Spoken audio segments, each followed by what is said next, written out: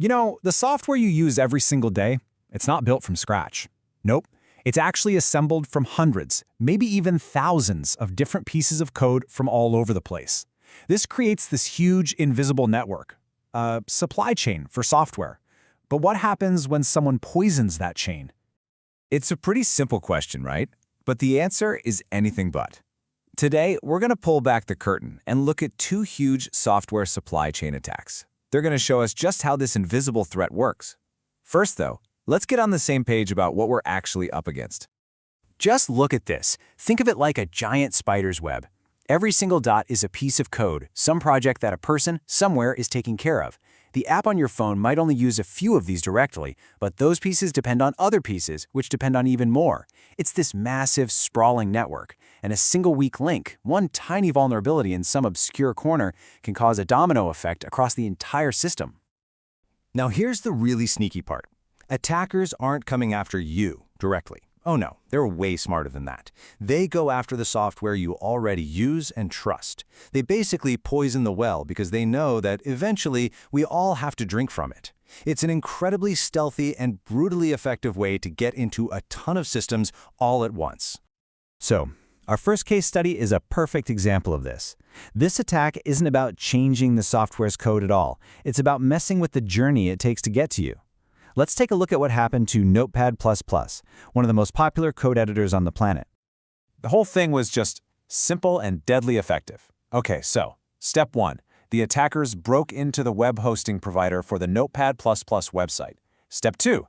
They used that access to sit and watch, intercepting the requests from people trying to update their software. And finally, step 3. Instead of the real update, they pushed out a malicious copy to a few carefully chosen targets. See? The software itself was totally fine. It was the delivery that got hijacked. And this quote from the official disclosure really lays it all out. Even after the server was supposedly fixed, the attackers still had the keys.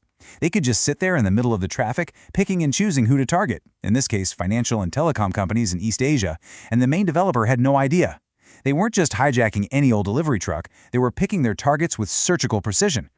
So how in the world do you fix a problem like that? Well, if you can't trust the delivery guy, you have to be able to trust the package, right? The solution was to enforce digital signatures. So now, when Notepad++ grabs an update, it first checks for this unique, unfakeable cryptographic seal. If that seal is broken or isn't perfect in any way, the update just fails. It's basically a tamper-proof seal for software. So to put it really simply, the attackers here didn't even try to get into the software factory. Why bother? They just waited down the road, hijacked the delivery truck, and swapped out the real packages for their malicious ones. And that thought, well, that leads us to a much, much scarier kind of attack. One that is way more patient, way more sophisticated. One that doesn't just hijack the delivery, but actually corrupts the product right at the source. Okay, so now let's talk about the big one, the now infamous attack on a tiny but absolutely critical little library called XZUtils. This wasn't a quick smash and grab, this was a long con, a total infiltration and takeover of a project from the inside out. I mean, just look at this timeline. The most shocking part is the sheer patience involved. This wasn't a quick hack. We're talking about a multi-year campaign. The attacker started super small back in 2021, just slowly, methodically building trust. And for over 2.5 years, they played the long game, just waiting for the right moment to slip in a backdoor that could compromise servers all over the world. And you know how it was found? Pure luck. A developer just happened to notice his computer was logging in about half a second too slow. That's it. We were that close to a catastrophe.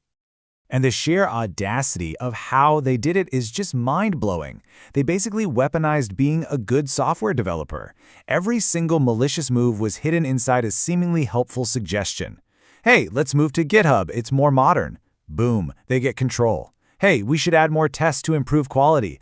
Bam, they hide the malware inside those test files where no one would ever dream of looking. They made themselves so essential that nobody thought to question them. And if you want to know the secret to how they pulled it off, look at this. This is maybe the most shocking part of all. The attacker built their reputation not by writing brilliant code, but by doing the boring, thankless work. Over half of their contributions were to documentation and translations, the stuff that gets the least amount of scrutiny. They became a trusted leader by doing the chores nobody else wanted to. So when you boil it all down, this wasn't really a coding hack, it was a social hack. The attacker found a critical project run by one single overworked volunteer. They patiently built trust, used fake online accounts to pressure the guy into accepting help, and then they presented themselves as the perfect solution. They didn't have to break down the door. They were handed the keys. So we've just seen two very different kinds of attacks. One hijacks the delivery, the other corrupts the source. So why is this so critical for all of us to understand? Because of this number, 90%. That's the estimated percentage of modern applications that are built with open source parts.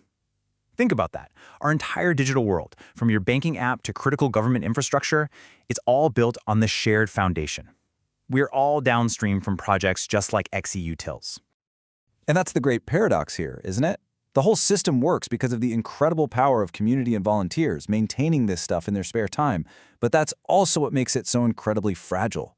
We have global, critical infrastructure that depends on the goodwill and the limited time of just a handful of people who can be manipulated, pressured, or just plain burnout. Which leaves us with a really tough question. The Notepad++ attack showed us we can't always trust the delivery.